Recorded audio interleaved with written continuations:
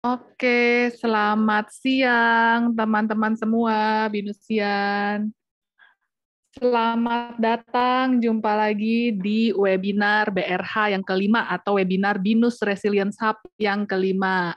Nah, tema kita hari ini adalah Make Peace, Not Hate Speech.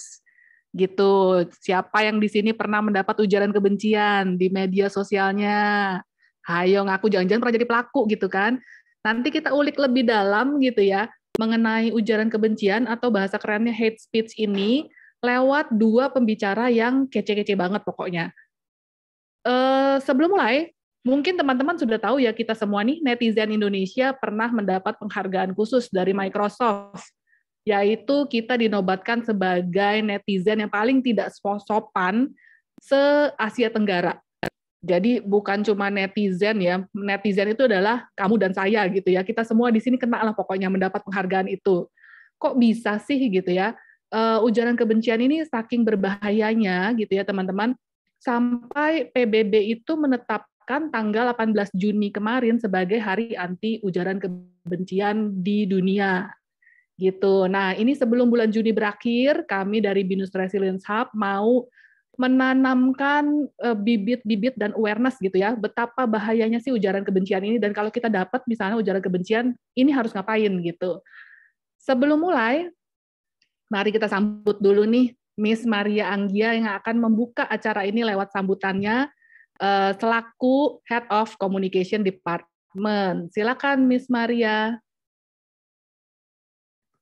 Terima kasih, Miss Nya. Selamat siang, teman-teman semua, teman-teman Binusian yang saya sayangi. Semoga kita semua selalu dalam keadaan sehat dan baik. Seperti yang tadi sudah disampaikan oleh Miss Nia tentang topik hari ini, jadi hate speech itu salah satu resiko ya, yang memang mau tidak mau akan kita hadapi gitu, karena ada kemajuan teknologi digital saat ini. Gitu. Dan tanpa didampingi literasi digital yang kuat, banyak pihak yang kemudian berpotensi menjadi pelaku pengujar kebencian maupun juga berpotensi sebagai korban. Nah, untuk itu, siang hari ini kita akan mendengarkan bersama, berbagi juga, nanti silakan teman-teman juga bisa sharing kepada para pembicara yang sudah hadir hari ini. Saya ingin mengucapkan terima kasih kepada Mas Firman dari Anissa dari Pandemi Talks yang sudah berkenan hadir secara virtual untuk sharing kepada teman-teman Binusian pada siang hari ini. Dan sebagai informasi juga, acara ini merupakan bagian dari Binus Resilience Hub yang menjadi wadah kreativitas untuk belajar memperkuat kompetensi di bidang digital. Dan tahun ini fokus kita juga temanya adalah tentang digital resilience. Tanpa berlama-lama lagi, selamat menikmati webinar siang hari ini, semoga bermanfaat bagi teman-teman semua. Saya kembalikan ke Miss Nia. Terima kasih. Terima kasih Miss Maria, sambutannya sangat menginspirasi. Oke teman-teman sekalian, mari kita masuk ke inti acaranya. Mari kita sambut speaker pertama kita. Siapa sih beliau gitu ya?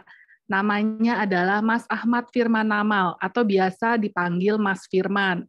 Mas Firman adalah seorang PR profesional dengan pengalaman lebih dari 15 tahun. Pengalamannya mencakup mengembangkan strategi komunikasi untuk perusahaan swasta dan agensi pemerintahan.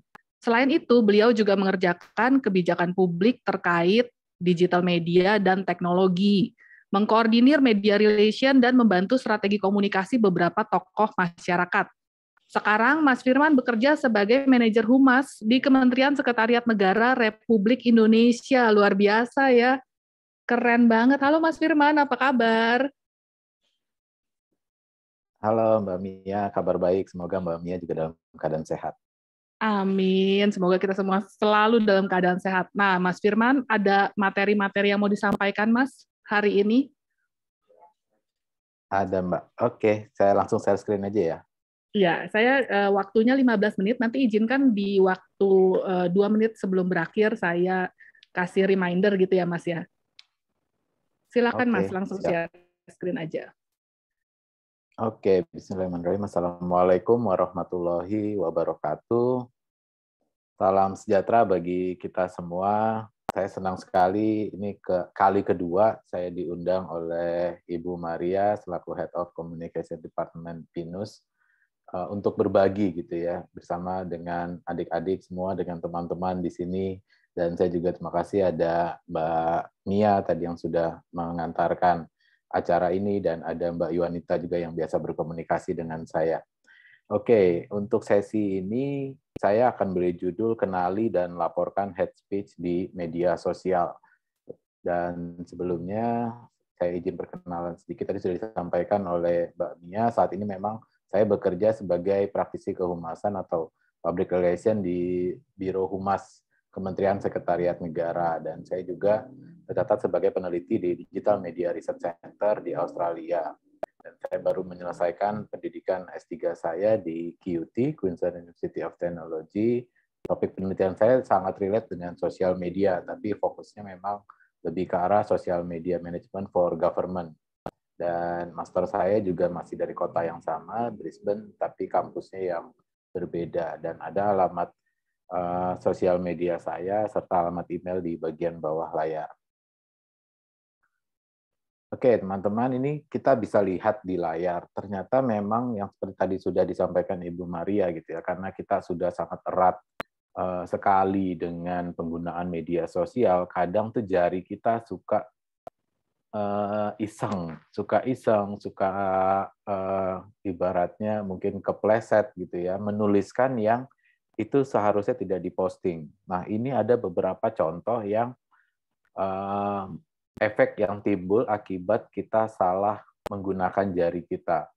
Baik itu yang orang biasa, baik itu yang statusnya artis, baik itu pejabat publik, atau misalnya mantan pejabat. Nah, ini semua ada di dalam slide yang sedang kita tampilkan. Kalau mungkin kita lihat yang paling kiri gitu ya, karena ini yang baru-baru saja terjadi dari Roy Suryo. Beliau melakukan postingan yang kalau bisa dibaca seperti yang ada di layar, memang mengkritisi adanya wacana untuk kenaikan harga tiket masuk ke Candi Borobudur menjadi 750.000. Nah, mungkin kalau maksudnya mengkritik pemerintah dan itu positif serta dikasih solutif gitu, dikasih solusi, mungkin tidak menjadi masalah.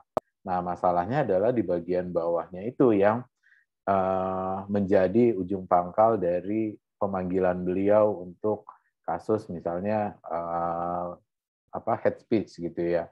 Dan tidak hanya di politisi lokal saja, tapi juga politisi luar, misalnya di India yang baru-baru ini juga menghina Nabi Muhammad gitu ya. Dan ujung-ujungnya akhirnya dia juga ketakutan sendiri gitu karena mendapat ancaman teror dari berbagai macam pihak.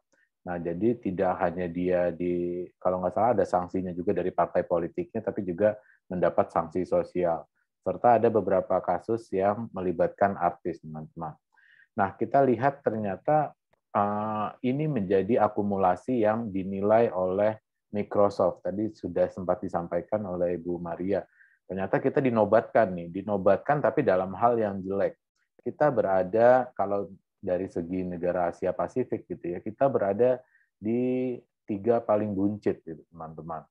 Nah, apa sih yang menyebabkan kita dinobatkan sebagai netizen yang paling tidak sopan se-Asia Pasifik? Ternyata faktor yang paling besar yang mengkategorikan kita masuk ke dalam urutan buncit ini adalah, yang pertama, kita ketika menggunakan sosial media, menggunakan internet, rentan untuk terkena atau terpapar hoax, scam, dan penipuan. Nah, yang kedua adalah ujaran kebencian. Dan ini yang akan kita bahas hari ini, ujaran kebencian. Karena ini juga sangat besar poinnya yang mempengaruhi peringkat kita dari Microsoft tadi. Dan yang ketiga adalah diskriminasi. Oke, jadi kalau kita lihat mungkin hasil ini tidak mengenakan gitu ya bagi kita selaku bangsa Indonesia. Nah, namun lucunya adalah ketika hasil ini keluar dan dirilis oleh Microsoft, apa yang terjadi? Ternyata netizen Indonesia malah berbondong-bondong menyerang akun sosial media Microsoft gitu ya.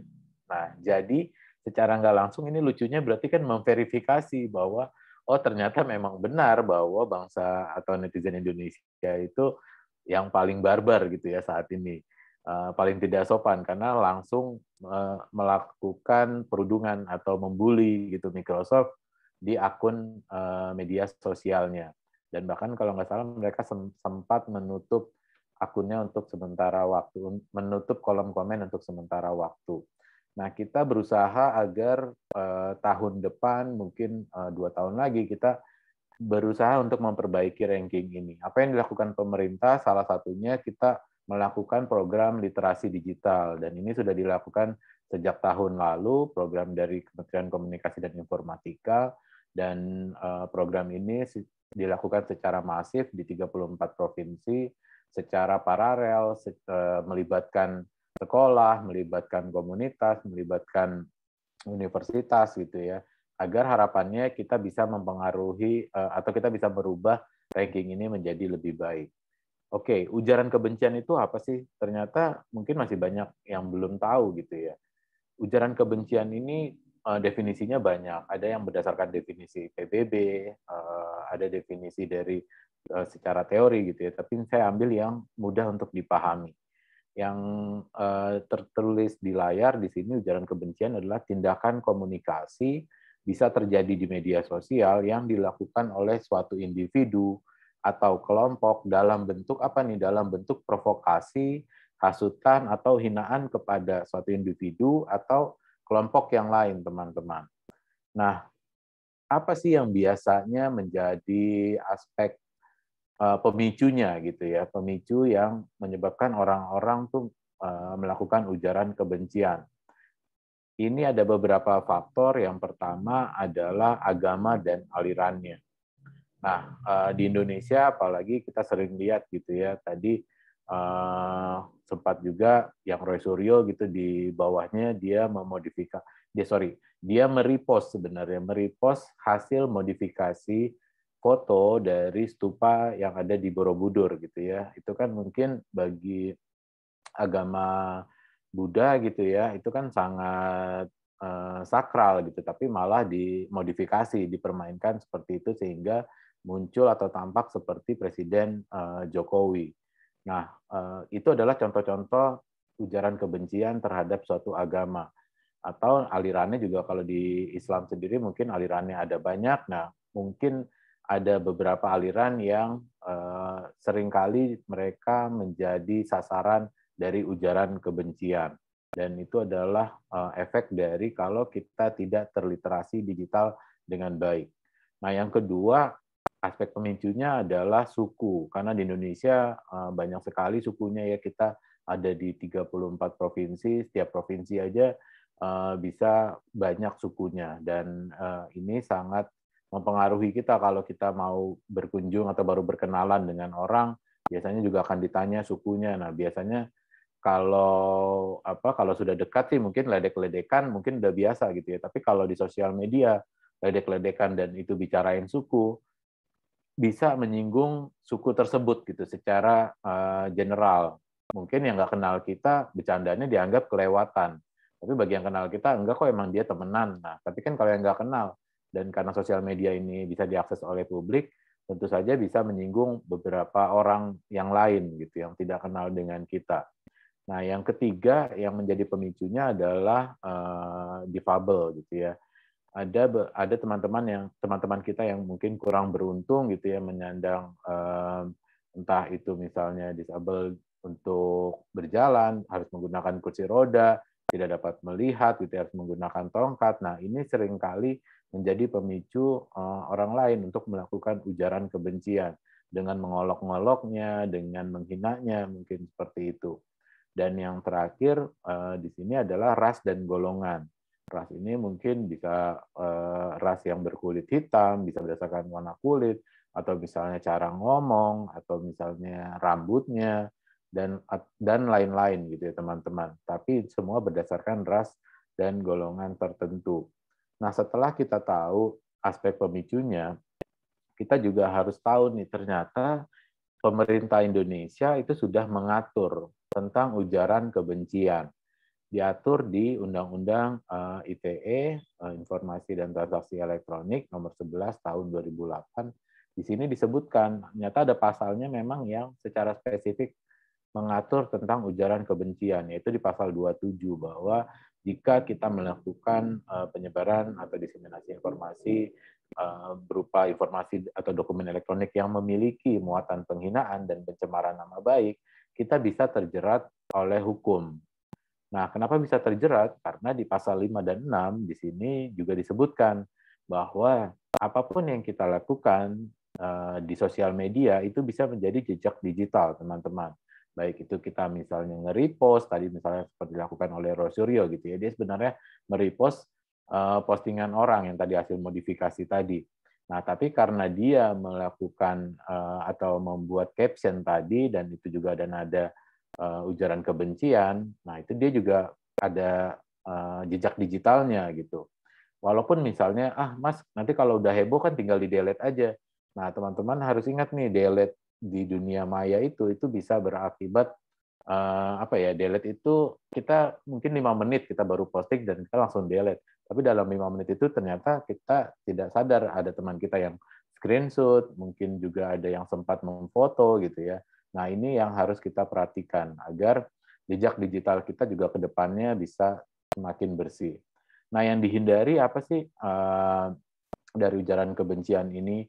Jadi kita memang sebisa mungkin kita menghindari untuk melakukan penghinaan, menghasut, menista, perbuatan yang tidak menyenangkan, gitu ya, pencemaran nama baik dan menyebarkan hoax. Nah, ini sudah diatur di aturan atau edaran Kapolri, teman-teman. Jadi memang karena tadi sudah diatur di undang-undang dan Kapolri juga sudah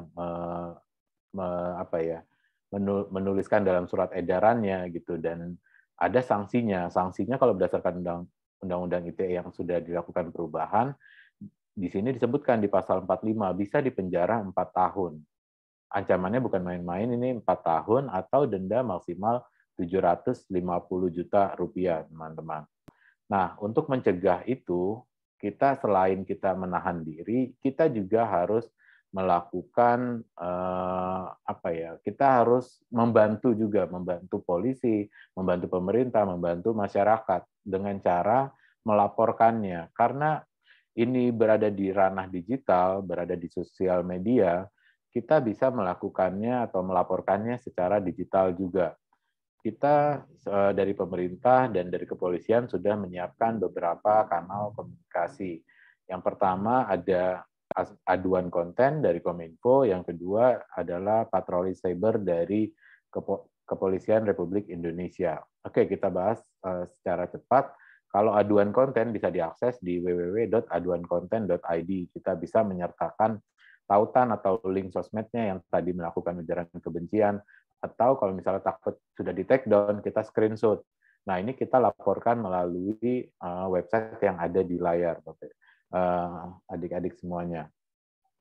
Yang kedua, mekanismenya hampir mirip, tapi websitenya adalah www.patrolicyber.id, teman-teman. Nah, di sini kita juga sama, tadi bisa melaporkan jika ada indikasi bahwa teman kita atau ada orang lain yang melakukan ujaran kebencian.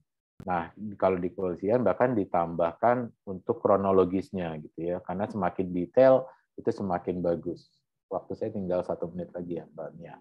Oke, nah laporkan ini juga tidak melulu melalui kanal yang disediakan pemerintah dan tadi kepolisian gitu ya, tapi kita juga bisa secara aktif melaporkan melalui platform, karena dari platform yang saat ini sudah beredar, baik Instagram, Facebook, Twitter, TikTok gitu sebagai contohnya, semua ada fitur untuk report. Report yang spesifik menjelaskan tentang reportnya apa nih. Kalau misalnya kita merasa ini hate speech, ya udah kita pilih yang hate speech seperti yang ada di layar. Semuanya istilahnya sama, nah kita bisa melaporkannya. Kenapa kita harus proaktif? Karena kalau bukan kita yang memulai, pelaku ini masih terus berkeliaran dan dia memakan korban yang lain. Korbannya bisa mendapatkan dampak psikologis, dampak yang kurang baik lainnya. Oleh karena itu, sebagai penutup, kalau saran saya bisa menyampaikan closing statement, mari pergunakan media sosial dengan bijak, kita boleh bebas berekspresi, namun tetap tahu batasannya, yaitu etika dan hukum. Itu saja dari saya, Mbak Mia. Kembali ke Mbak Mia. Terima kasih Mas Firman, luar biasa sekali materinya. Nah, nanti kita akan buka sesi tanya-jawab buat teman-teman yang mau bertanya langsung gitu ke Mas Firman. Nanti silakan bisa langsung raise hand atau boleh dituliskan dari sekarang di kolom chat box. Sebelum kita masuk ke sesi tanya-jawab, ada speaker kedua nih yang nggak kalah kece-nya gitu ya teman-teman sekalian. Beliau adalah Mbak Mutiara Anissa. Nah, Mbak Mutiara adalah seorang science educator. Beliau juga aktif mengembangkan platform yang bernama Pandemic Talks yang memberikan edukasi seputar COVID-19. Saat ini beliau juga salah satu anggota Task Force Hoax untuk Kementerian Kesehatan Indonesia, di mana salah satu tugas utamanya adalah membuat materi edukasi untuk meng-counter fake news. Luar biasa. Halo Mbak Mutiara, apa kabar? Halo, apa kabar Mbak Mia, Mbak Maria, Mas Firman, dan juga teman-teman Binusian semua. Di sini juga ada Kang Asep, teman aku. Dulu kita sekolahnya barengan, tapi beliau S3, saya S2 gitu. Halo Kang. Halo. Oke, Mbak Mutiara silakan. Waktunya sekitar 15 menit ya Mbak Mutiara. Baik. Oke, selamat sore semua teman-teman dari Binusian. Jadi mungkin dari tadi kita udah dengerin paparan dari Mas Firman, sekarang dari saya, Mutiara, biasanya dipanggil Muti aja. Nah, kali ini sih pemaparan saya akan sedikit berbeda sama Mas Firman. Mungkin ini jauh lebih personal karena berdasarkan pengalaman gitu ya. Saya sendiri bukan anak komunikasi, saya anak biologi, tapi bisa dibilang ya praktisi media sosial kali ya. Dan pengennya sih lebih ngebahas tentang personal experience-ku tentang tindakan hate speech ya, dan mungkin sedikit lebih luas lagi tentang cibiran, bullying, dan juga perundungan di media sosial gitu. Nah ini aku mau flashback dulu. Aku itu pertama kali pakai Instagram tahun 2012. Udah cukup lama ya, ketahuan kan aku tuh angkatan berapa. Jadi aku udah pakai Instagram 10 tahun, dan dulu pas aku pertama kali pakai, I use it like any other person gitu, kayak untuk personal stuff. Aku yang nge-follow aku teman-teman aku nge-post keseharianku, sekolah ngapain, kuliah ngapain, kerja ngapain, keluarga aku ngapain, kemarin ulang tahun jalan-jalan sama teman ngapain gitu. Aku punya kurang lebih ya 1.000 lah gitu followernya, oke lah. Nah, terus habis itu, as time goes by, aku pakai Instagram terus, pandemi terjadi. Fast forward 2020 ya, 2 tahun yang lalu. Pandemi terjadi, dan semua orang kalang kabut tuh bingung ya. Pandemi terjadi, pandemi masuk ke Indonesia, karena aku memang background-nya itu ada di biomedical science, jadi aku tahulah sedikit 2 hal tentang virus, tentang PCR, tentang testing, dan seterusnya. Aku menggunakan akun Instagramku itu untuk jadi sharing knowledge. Aku mulai ngobrol tentang banyak hal, dan aku saat itu membuka sesi pertanyaan. Jadi di Instagram story-ku aku buka fitur question gitu ya, semua orang bisa nanya A to Z tentang vaksin, virusnya ini apa, barang ini bener nggak sih bisa bikin virusnya mati gitu. Kalau misalnya kita makan bawang banyak, mungkin nggak sih kita terhindar dari terinfeksi virusnya, dan seterusnya. Nah, mungkin setelah itu terjadi, followerku yang tadinya 1.000-2.000, bus langsung tiba-tiba jadi 10.000 ya. Langsung ini dong, kayak orang-orang pada nge-follow aku. Setiap hari itu aku dapat ratusan pertanyaan tentang pandemi. Dan ini juga jadi satu pertama kali first experience offensive atau aggressive speech yang aku temukan. Bisa dibilang hate speech juga. Nah, ini saat itu aku lagi ditanyain tentang beberapa review produk. Jadi mungkin teman-teman familiar, mungkin ada yang nggak tahu juga, ada nama produk namanya Virus Shutout. Jadi itu pas 2 tahun lalu terkenal banget, orang-orang pada bilang bahwa produk ini kalau misalnya dipakein di leher gitu ya, itu selama 30 hari dijamin virus nggak bisa deket-deket dari kita gitu. Jadi memang produknya ini tuh dibilangnya dijual di Jepang. Jadi aduh, produk Jepang, orang-orang di Jepang aja pada pakai, masa ini doesn't work sih, doesn't make sense gitu kan. Nah, orang-orang pada nanya aku, bilangnya ini dalam kalungnya itu ada zat bernama klorin dioksidanya. Jadi dia chemical yang bisa untuk disinfektan. Harusnya virus mati dong gitu, dan kalau misalnya kita pakai kita aman. I did a little research and actually this was very toxic. Oke. Dan aku nulis itu di Instagram aku. Aku nge-review produk ini dengan sesuai keilmuanku ya. Aku cerita bahwa oh ini toxic, ini nggak bagus buat orang, ini harusnya nggak bisa dipakai, dan kemungkinan karena bahasa Jepang ya, jadi banyak yang nggak kurang dimengerti gitu kalimat-kalimatnya dan seterusnya. What happens next? Tiba-tiba aku dapat komplain banyak banget, aku dapat backlash banyak banget. DM-ku tiba-tiba datang orang marah-marah, dan orang ini siapa? Mereka itu adalah reseller dan penjual dari kalung ini gitu. Di situ mereka marah-marah. Ada yang ngomong bahwa aku tuh ngerugiin bisnis mereka. Aku itu menyebarkan kebohongan. Aku menyebarin hoax tentang barang ini, dan orang-orang ngerasanya bahwa oh, dia kan ada background biologi gitu. She should have known about this gitu. Well, ini pertama aku experience ya. Jadi aku waktu itu takut. Aku kaget dan aku jadi nggak pede dong. Kayak bener nggak sih sebenarnya apa yang aku ceritain itu ini sebenarnya salah gitu. Gimana kalau ternyata aku malah udah pencemaran nama baik dan menjelek-jelekan suatu produk gitu kan? Mungkin aja bener nggak sih kalau ini tuh produknya beneran works gitu sebenarnya. Nah terus pertama-tama aku cuekin. Tapi tiba-tiba mereka tetap marah karena mereka ngerasa dirugiin. Mereka ngerasa jualannya mereka jadi nggak laku gitu kan. Mereka mulai komentar-komentar di akun aku, nulis-nulis komen, mulai nge-DM teman-teman aku, dan seterusnya. Aku jujur saat itu ngerasa stres banget karena baru pertama kali kan dapet floods of hate dan cibiran kayak gitu. Aku nggak bisa tidur, takut, dan aku jujur saat itu jadi ciut. Aduh, mau edukasi kok jadi kayak gini ya efeknya gitu. Aku beneran mempertanyakan lagi deh, kuat nggak sih aku menghadapi orang-orang seperti ini di sosial media gitu. Nah, terus aku konsultasi dengan teman-temanku, dengan saintis-saintis lain, dan aku mendapatkan suatu kesimpulan kalau misalnya memang sebenarnya apa yang aku tulis itu nggak salah. Produknya beneran nggak bekerja kok, dan ini beneran nggak terbukti gitu. Bahkan akhirnya beberapa media massa pun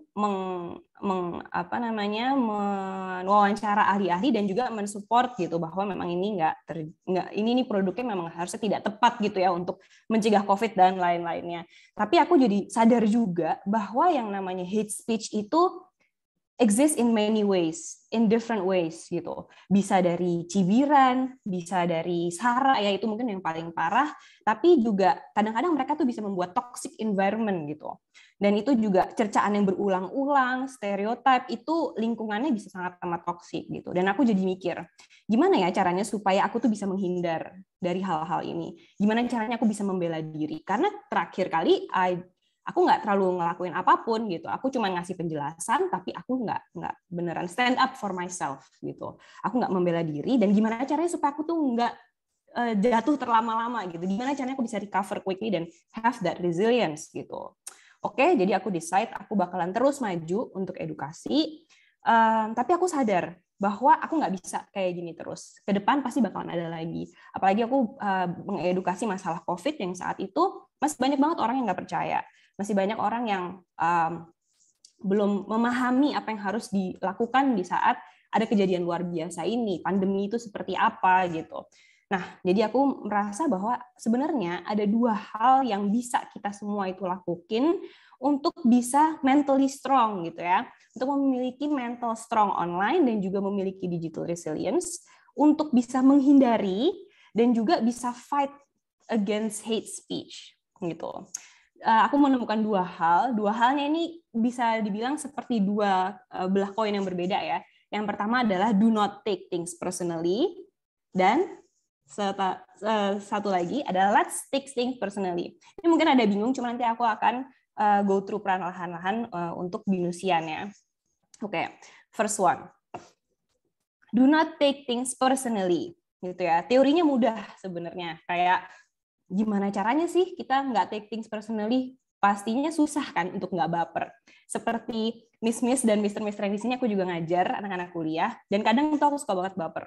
Aku lagi ngajar online gitu ya, tiba-tiba ada yang kameranya off. Aduh, pasti aku udah mikir, ini pada ngapain nih? Jangan-jangan pada ninggalin kelasnya lagi. Atau misalnya aku lagi ngajar di kelas, tiba-tiba ada yang lihat HP. Nah, itu pasti aku udah langsung nggak konsen jadi ngajarnya. Jadi mikir, ini mereka ngapain ya? Apa mereka nonton YouTube gitu? Apa kelas gue bosenin gitu, what should I do gitu kan. Terus abis itu aku ngerasa bahwa mungkin apa yang aku pikirin itu salah gitu. Coba deh aku nggak usah selalu mikir tentang diriku sendiri. Coba aku mikirin apa yang ada di posisinya mereka gitu. Mungkin murid-murid aku ngelihat HP karena ada emergency text dari keluarganya. Mereka butuh menginfo tentang sesuatu gitu tentang keluarganya. Atau bahkan saking kelasnya seru banget, mereka butuh Google untuk mencari tahu itu definisinya apa sih si Miss ini baru ngomong gitu. Mungkin aja kan. So ini juga bisa kita bawa ke dunia online. Do not always take things personally. Ini menurut aku sangat bisa untuk supaya kita mencegah untuk kita melakukan hate speech itu ya, dan juga mencegah untuk kita ngebully orang lain, komen sesuatu dan seterusnya. Sama aja kayak reseller virus shoutout tadi. Coba aku mikirin di posisinya dia. Mungkin dia marah-marah karena ya mereka udah mengeluarkan uang yang cukup besar untuk bisa jualan gitu kan. Terus tiba-tiba mereka nggak tahu tentang produknya, tapi ternyata it doesn't work gitu. Pasti mereka marah dong gitu. Atau mereka membutuhkan uang itu sebenarnya untuk hal-hal lain yang sangat penting gitu, untuk keluarganya dia, untuk ngebiayain pengobatan dan seterusnya. We'll never know. Di belakang semua orang yang kita lihat online itu, mereka punya kehidupan, mereka punya keluarga masing-masing. So do not take things really personally. Nah, saat kita take things personally itu kita biasanya menyalahkan orang lain kan, gitu. Kayak misalnya kita dikomentarin, ini gini gitu online. Kita ngerasa dibully online. Kita selalu ngerasanya dia kenapa sih gitu. Kita selalu ngeblame orang lain dan kita ngebiarin ego kita tuh naik gitu. Kita selalu ngerasa maunya dianggap benar. Misalnya kita komentar tentang seseorang atau misalnya kita komentar tentang kita punya persepsi akan orang lain yang nggak benar gitu.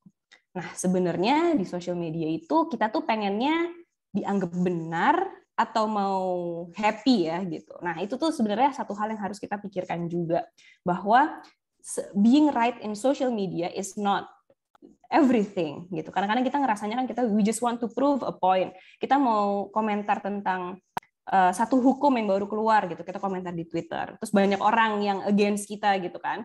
Sebenarnya kalau misalnya kita nggak take things personally, ya it's not really important to be right all the time in social media. Dan terus habis itu kalau misalnya kita mau nggak baper di social media, sebenarnya kita tuh butuh mindset baru kan. Kita perlu training, kita perlu disiplin tentang mindset itu sendiri. Dan aku melatih itu dengan pindah dari IG personalku, aku bikin Pandemic Talks. So di IG personalku, followernya cuma berapa belas ribu gitu ya, cincai. Cuman komplainnya 1, 2, 3 hal gitu. Hate speech-nya nggak terlalu banyak. Tapi setelah aku bikin Pandemic Talks, kita ngebahas tentang A to Z, tentang pandemi kan, dari politik, dari sosial, dari budaya, dari ngekritik pemerintah juga kadang-kadang. Jadi itu memang ladangnya hate speech bisa aku bilang. Perlahan-lahan dari followernya 10.000 naik 100.000, sekarang 400.000. Dan dengan follower 400.000 itu, pesan agresif itu jadi makanan sehari-harinya kita. Beneran. Tipenya dari yang cibiran, ngebully, misalnya ngatain yang penulisnya gitu dengan kata-kata yang nggak bagus deh pokoknya, aku sendiri gitu ya, itu bahan bulian banget, sering banget. Diancam keluarganya bakal dicari, rumahnya dicari, dibilang kalau misalnya kita itu pembohong, dibilang kalau misalnya kita itu sebenarnya dibayar sama Antek Global untuk bikin kegaduhan gitu ya, dan seterusnya, banyak banget. Bahkan kadang-kadang kita bisa dihubungin sama pemerintah gitu. Ada yang komplain, misalnya orang dari Dignas di provinsi apa gitu. Kita itu misalnya ngomongin tentang provinsi X rumah sakit udah mulai penuh nih, gimana nih? Atau misalnya oksigen di daerah ini udah mulai tipis, harusnya pemerintah naikin oksigen lagi dong. Nah, itu kita sering banget dapat komplain, dimarahin, macam-macam. Sampai ujaran kebencian yang sara. Dan lebih sering lagi, banyak banget orang itu berantem di dalam kolom komentar. Jadi mereka ngatain satu sama lain, ngomongin udah dari rasnya, ngomongin dari orientasi seksual, agama, semuanya itu disebut di kolom komentar. Jadi contoh-contoh tidak baik hate speech itu sering kita temuin di Pandemic Talks. Kalau teman-teman mau lihat, silahkan. Nah, kadang-kadang memang do not take things personally itu sometimes it doesn't work gitu kan.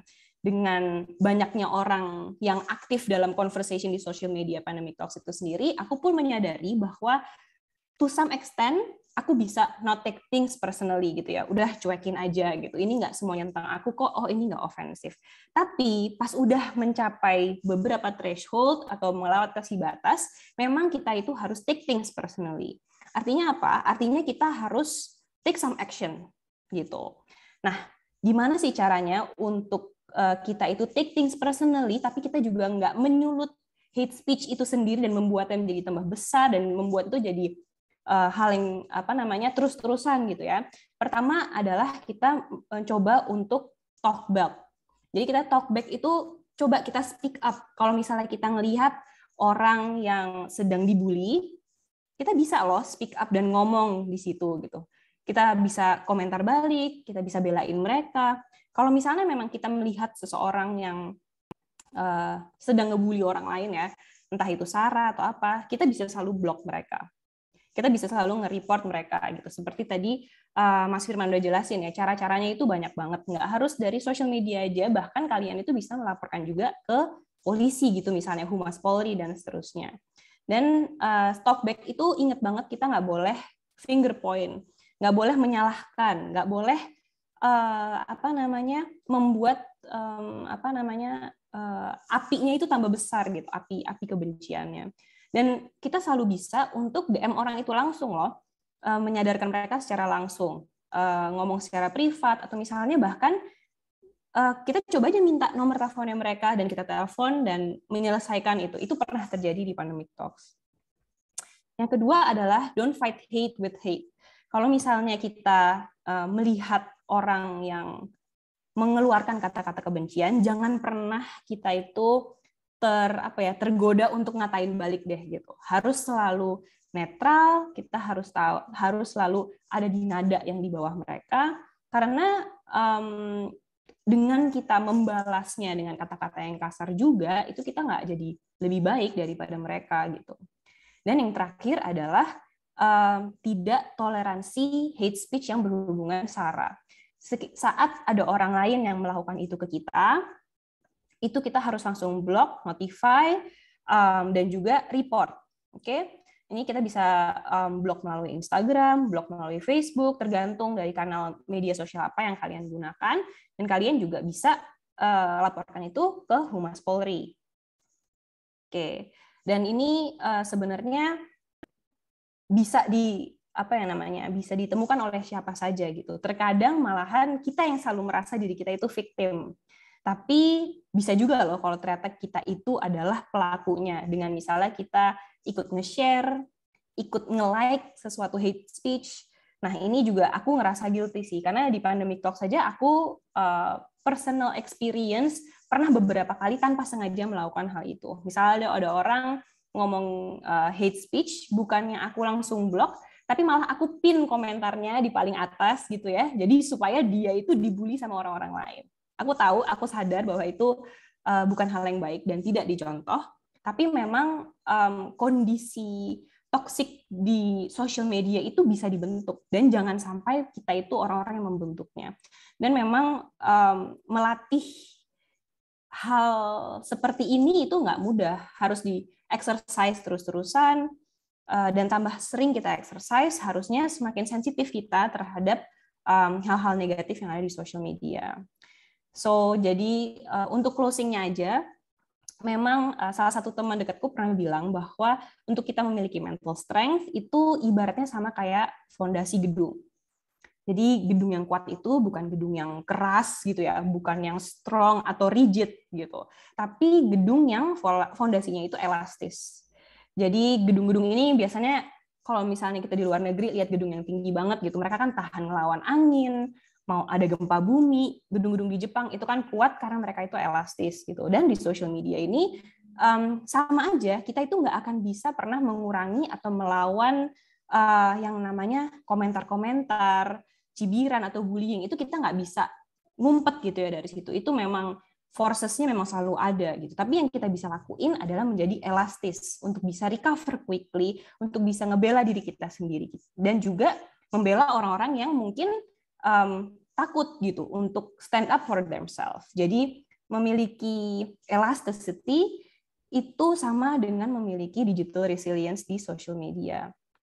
Dan yang terakhir memang social media itu menurut aku ada sama dengan 21st century park gitu ya, park dalam arti taman. Kamu bayangin taman, orang tuh kalau ke taman mau ngapain sih? Orang mau exercise gitu ya, mau olahraga, mau santai-santai sama keluarganya, mau jalan-jalan.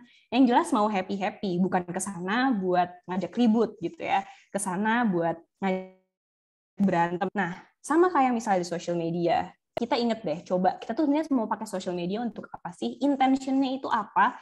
Yang jelas kita itu kan mau happy-happy aja kan. Kalau misalnya kamu itu ke social media, intentionnya udah pengen untuk selalu bener gitu, opininya atau menyuarakan hal tapi nggak mau dengerin orang lain, nggak mau memiliki resilience, nggak mau memiliki elasticity itu buat mendengarkan pendapat orang, untuk menjadi lebih empati juga, itu menurut aku adalah hal yang salah. Jadi memang penutupnya adalah we go to social media to be happy and not to be right.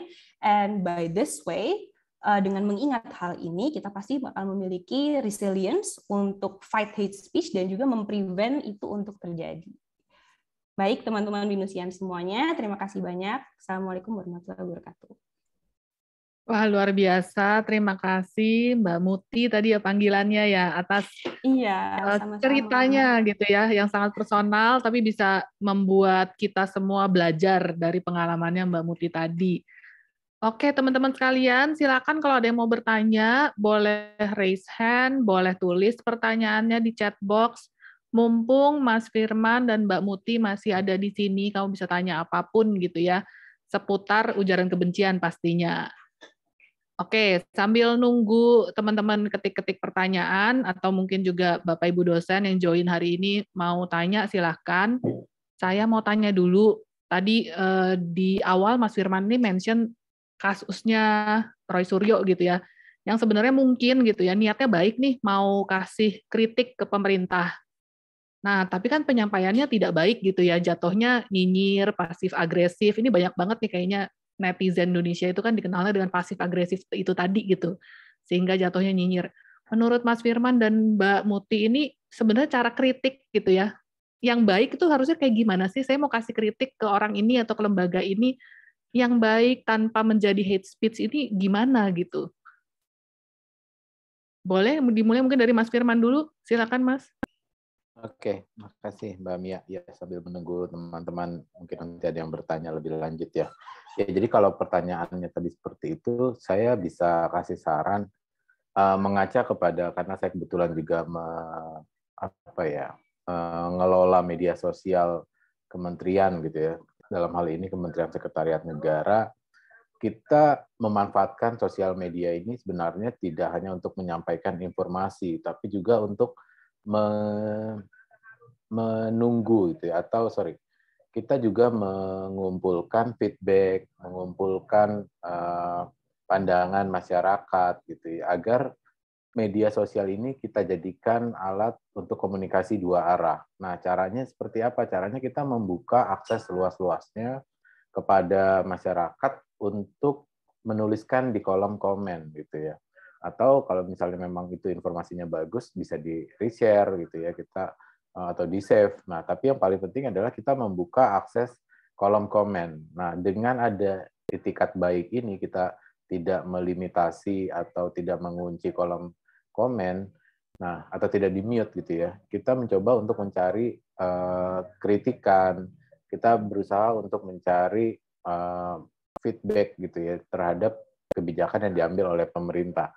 Nah, kalau ditanya yang baik seperti apa? Jadi kalau menurut saya, teman-teman bisa memanfaatkan nih, karena sudah dibuka ruangnya untuk menyampaikan aspirasi, nah disampaikan dengan cara yang baik gitu.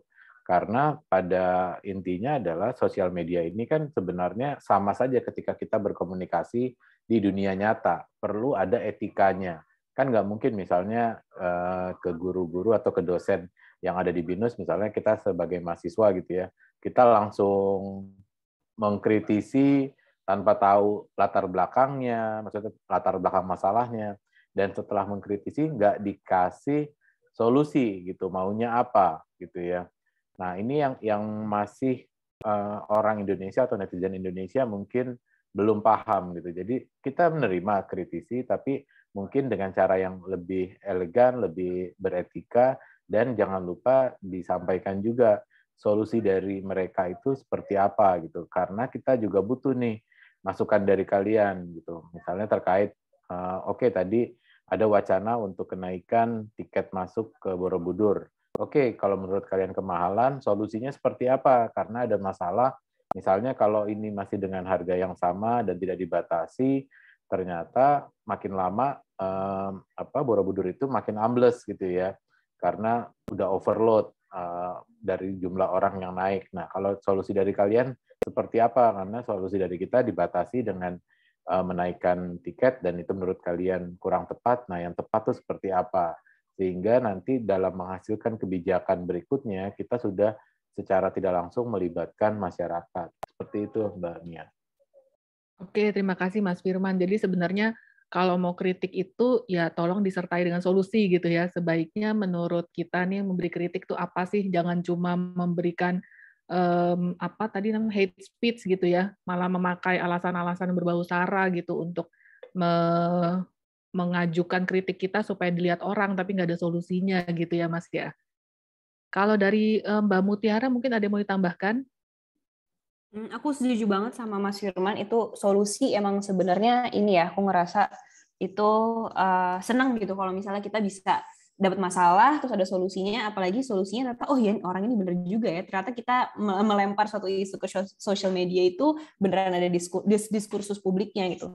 Tapi kadang-kadang aku ngerasa juga itu nggak semua orang itu kan memiliki kemampuan untuk find that solution gitu ya, mungkin hanya pakar-pakarnya aja atau misalnya orang-orang yang sangat udah ahli di situ. Jadi tapi sebenarnya memang diskusi di sosial media itu it works dan apa namanya itu beneran bisa mengubah sesuatu gitu. Kalau misalnya menurut saya sendiri sih dari pengalaman pribadi di Pandemic Talks, memang untuk suara kita itu didengar di antara jutaan orang pengguna sosial media itu susah kan. Dengan itu kita bisa dengan cara kreativitas gitu pengen didengar gitu suaranya. Kalau orang-orang yang menggunakan hate speech itu kan mereka jadi infamous kan, jadi mendapatkan perhatian tapi dengan cara yang nggak baik gitu. Jadi bukannya jadi famous tapi jadi infamous. Nah sebenarnya gimana sih caranya supaya kita bisa didengar lah ya opininya di sosial media, itu pasti harus dengan satu kreativitas. Jadi pakailah kreativitas itu untuk yang baik. Mungkin kalau misalnya gambarnya daripada dijelek-jelekin, coba deh dengan misalnya ngomong di sosial media atau bikin kontennya itu dengan kreativitas yang baik gitu, gambar yang baik, tulisan yang baik dan seterusnya. Dan yang kedua menurut aku adalah kalau misalnya memang itu suatu peraturan yang baru atau misalnya kita mau mengkritik hal yang pemerintah lakukan atau misalnya kita mau mengkritik sesuatu dari badan itu bagus kalau misalnya kita bisa data versus data gitu ya. Jadi alasan kita dan cara kita argumentasi itu juga berdasarkan ada backup datanya gitu, ada backup referensinya, nggak cuma berdasarkan purely opini kita aja gitu. Walaupun memang opini itu bisa, tapi memang derajatnya itu tingkatnya pasti akan ada di bawah data. Apalagi kalau kita punya data plus opini digabung jadi satu, dibalut dengan kemasan yang baik, itu aku yakin pasti suara kita akan lebih terdengar di lautan sosial media ini. Oke, berarti selain solusi harus ada cara kreatif gitu ya, yang sopan gitu, dan juga kalau bisa pakai data. Mungkin solusi kita semua nggak punya expertise gitu di bidang itu, tapi tolong lebih sopan penggunaan gambarnya, fotonya, dan disertai dengan data gitu ya, Mbak Mutiara ya. Iya, Oke, benar. terima kasih atas jawabannya. Nah, ini saya udah punya pertanyaan dari Leonie di chat box. Saya bacakan. Halo Kak, salam kenal, saya Leonie, mau bertanya. Kan sekarang lagi ngehits banget nih di sosial media Instagram, ngl.link. Oh, yang dulu itu s.fm ya. Itu kita bisa tanya atau ngomong apa aja tanpa orang itu tahu siapa yang ngomong karena bersifat anonimus. Justru itu malah mengundang hate speech, walaupun nggak semua, pasti ada salah satu orang di antara mereka yang hate speech isinya. Aku mau tanya bagaimana sikap kita dalam menghadapi ujaran kebencian atau hate speech itu tanpa overthinking. Nah, ini biasanya kalau di mahasiswa atau di kita semua gitu ya, mau ada 10 pujian, tapi satu hate speech yang kita pikirin pasti si hate speech itu. Bisa sampai nggak tidur gitu ya, yang 10 pujiannya nggak dipikirin sama sekali. Nah, kira-kira gimana nih tips-tipsnya dari Mas Firman dan Mbak Mutiara? Kira-kira siapa nih yang mau duluan nih?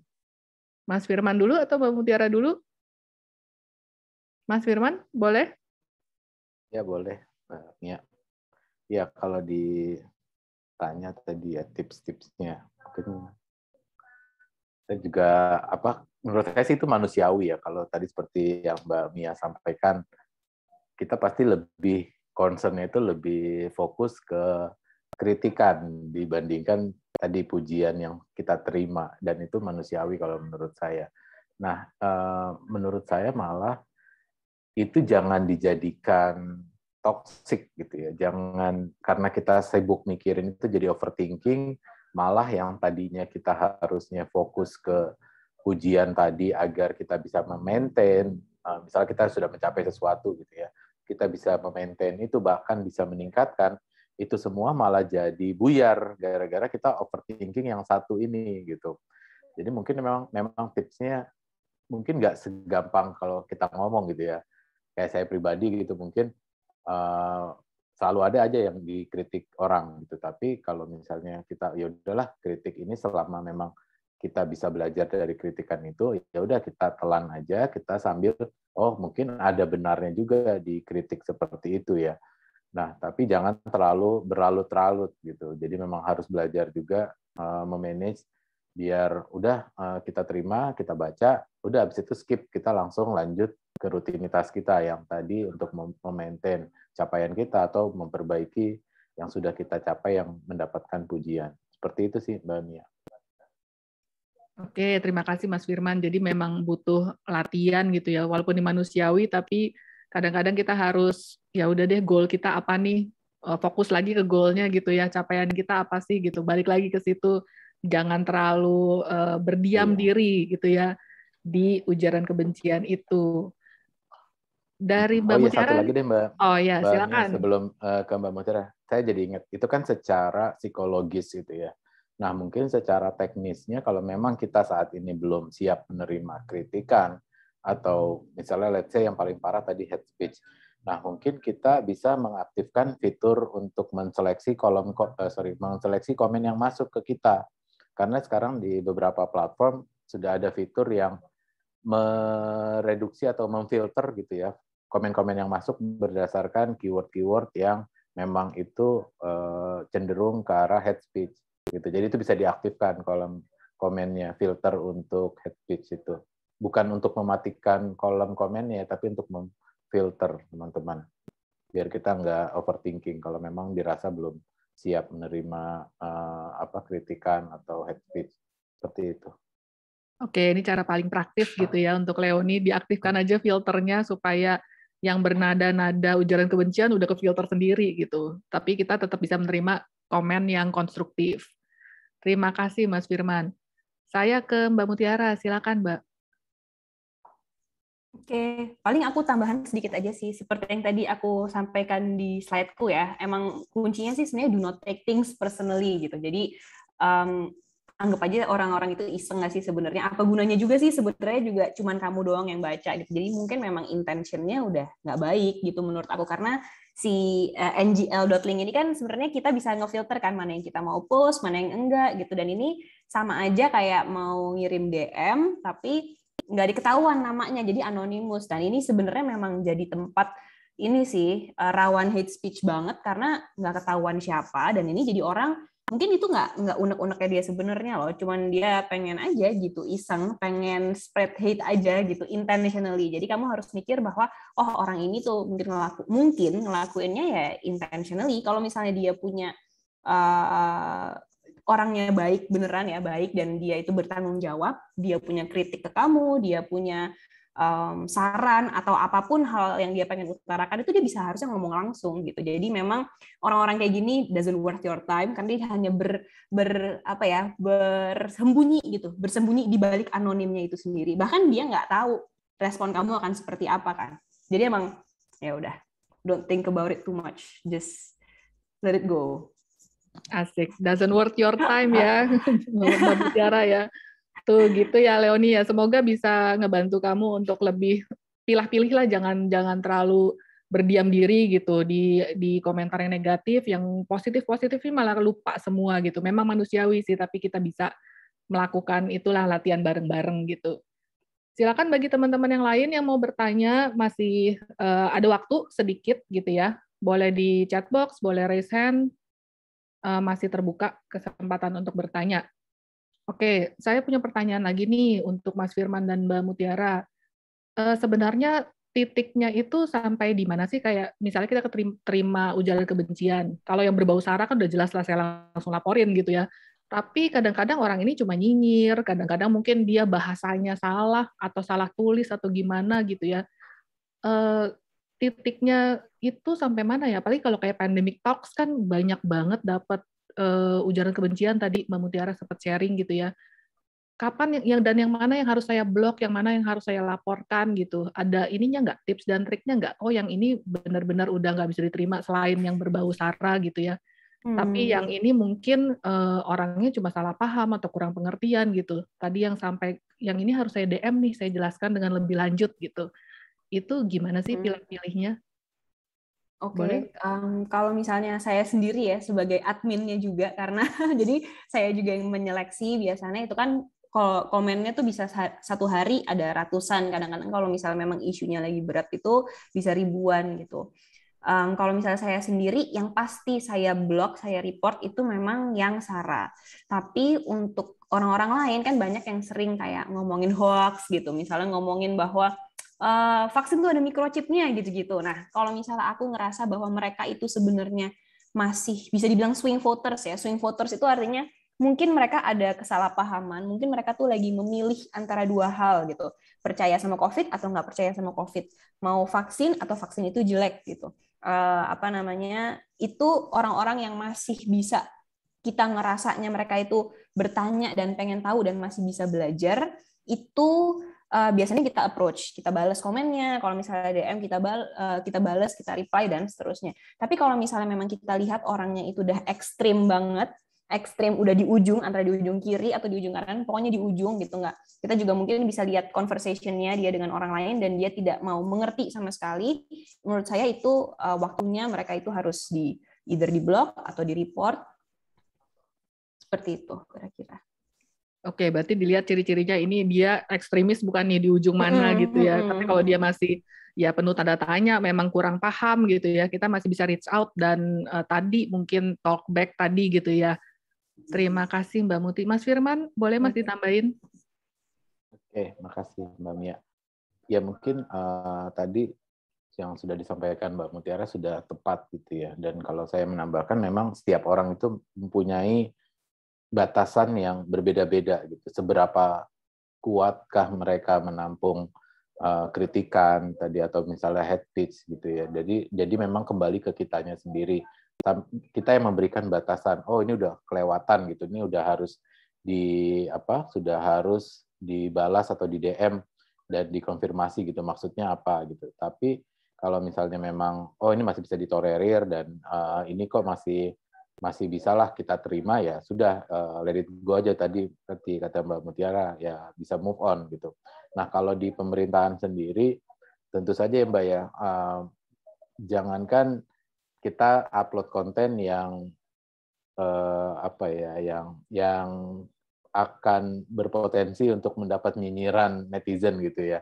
Yang netral aja, yang kita anggap netral, itu nanti bisa kalau udah kelempar ke sosial media itu bisa jadi bahan gitu, bisa jadi bahan dari netizen untuk melakukan ujaran kebencian, melakukan mengkritisi tapi nggak ngasih solusi, itu sangat-sangat mungkin terjadi. Nah, kalau kita batasannya, kalau sebagai admin media sosial pemerintah, kita lihat nih kalau memang dia menggunakan konten kita untuk sesuatu yang sesuatu lebih lanjut yang itu bisa berimplikasi misalnya misinformasi gitu ya. Nah, itu kita biasanya langsung hubungi tuh DM ke pengelola atau adminnya Atau kalau misalnya ada contact person redakturnya atau apa, kita bisa langsung hubungi gitu. Karena sebagai contoh misalnya yang kemarin kasus tentang Borobudur ini gitu ya, ada beberapa konten kita yang sama mereka tuh dimodifikasi gitu seolah-olah informasi tentang kenaikan 750.000 ini keluar dari Setnek gitu Mbak. Dengan memanfaatkan beberapa konten kita yang ada gambar Borobudurnya, ada beberapa caption kita yang ada kata-kata Borobudurnya itu dimodifikasi sedemikian rupa sehingga seolah-olah statement yang 750.000 ini pun keluar dari kami gitu. Nah, kita waktu itu langsung, wah ini kayaknya udah kelewatan gitu ya. Jadi kita langsung menghubungi dan meminta take down gitu karena bukan kita yang mengeluarkan seperti itu dan dasarnya jelas seperti itu Mbak Mia. Oke, terima kasih Mas Firman. Jadi kita juga harus aware gitu ya, yang mana yang beneran konten kita, jangan sampai konten kita sendiri juga ditwist gitu ya. Selebihnya mungkin kita punya sense of filtering sendiri gitu, yang mana konten yang benar-benar bernada benci gitu kan, yang mana yang cuma ngetes kita, yang mana dan yang cuma tanya-tanya karena kurangnya edukasi gitu teman-teman. Saya yakin kalau semakin lama berkecimpung gitu di dalam dunia sosial media ini akan punya filtering nih, semakin ahli gitu, semakin sensitif terhadap kasus-kasus seperti ini. Oke, saya rasa nggak ada yang bertanya lagi ya. Wah, Haliza, ini adalah bukti dari ujaran kebencian nih kayaknya. Oke, menarik ya, kita lagi ngomongin ujaran kebencian, tiba-tiba ada loh di sini contoh nyatanya ujaran kebencian. Orangnya langsung kabur. Biasanya begini ya teman-teman ya, begitu nuang langsung kabur gitu. Jangan dipikirin teman-teman, nggak apa-apa. Oke, Emang biasa itu pasti ada biasanya. Iya, biasanya pasti sayangnya ada. Kabur ya, kalau nggak kabur, kayak ya udah ajak ngobrol aja berempat juga nggak apa-apa gitu kan, Mbak Mia. Iya, masalahnya begini, kalau misalnya kita itu belum dapat konten nyinyir, konten yang benci, itu berarti belum valid gitu ya eksistensinya. Oke. Dan lucunya di sini kan jejak digitalnya ada gitu ya, namanya dia ada kan di sini ya. Nah itu yang kadang apa ya, kok nggak mikir gitu ya bahwa kan nanti ada efeknya gitu kan, mungkin habis ini dipanggil Bu Maria gitu kan. Benar sekali. Oke. Terima kasih Mas Firman dan Mbak Muti. Sayang sekali waktu kita sudah berakhir. Izinkan saya menyimpulkan sedikit gitu ya untuk teman-teman yang hadir di sini. Pembicaraan kita hari ini mengenai ujaran kebencian atau hate speech. Hate speech itu tadi adalah ujaran kebencian tindakan gitu ya, yang memprovokasi, yang membuat yang tujuannya itu untuk memprovokasi pihak lain gitu. Terus kadang-kadang aspek pemicunya adalah agama, ras, suku, dan difabel. Nah, kita sudah punya undang-undangnya, jadi untuk ujaran kebencian ini sudah dimasukkan ke dalam UU ITE pasal 27 gitu teman-teman, jadi ada payung hukumnya. Yang harus dihindari adalah penghinaan, hasutan, penistaan, hoax, dan pencemaran nama baik. Jangan sampai kita menjadi pelaku gitu ya. Kalau misalnya kita menjadi korban, tadi juga sudah banyak saran gitu, jangan take it personally di satu sisi, tapi di sisi lain kita juga let's take it personally dengan melakukan talkback, melakukan jangan benci itu seperti disiram api gitu ya, benci dilawan sama benci lagi gitu, hate dilawan sama hate lagi. Terus terakhir saya tadi suka dengan quotes-nya dari Kak Muti bahwa yang namanya kita di dunia digital gitu ya, kita harus punya fondasi itu bukan yang kuat, tapi yang elastis katanya. Jadi bisa menerima apapun, mau angin, mau badai gitu ya, kita bisa balik lagi gitu. Oke, buat teman-teman sekalian, sebelum saya akhiri, kita boleh foto bersama, boleh dong dibuka kameranya untuk foto, silakan. Nanti akan dibantu sama kakak-kakak panitia. Oke, mana nih yang lain? Yuk kita nunggu yuk, dibuka dulu kameranya. Nah, kelihatan nih, cakep-cakep semuanya, ganteng-ganteng. Oke, jangan lupa absen juga buat teman-teman yang sudah hadir hari ini. Oke, ada lagi yang mau buka kamera? Soalnya nggak buka kamera, kita nggak foto biasanya. Soalnya cuma nama doang, guys, gitu kan. Udah? Nggak ada lagi? Oke.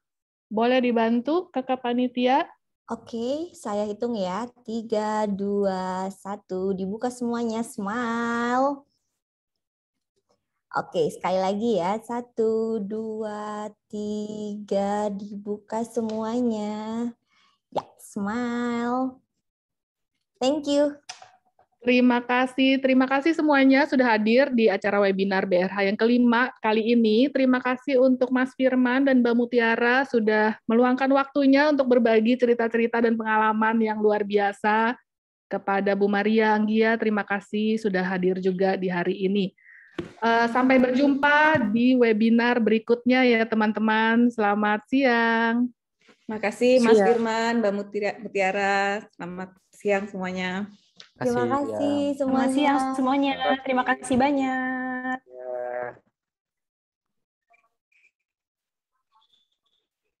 Izin live ya.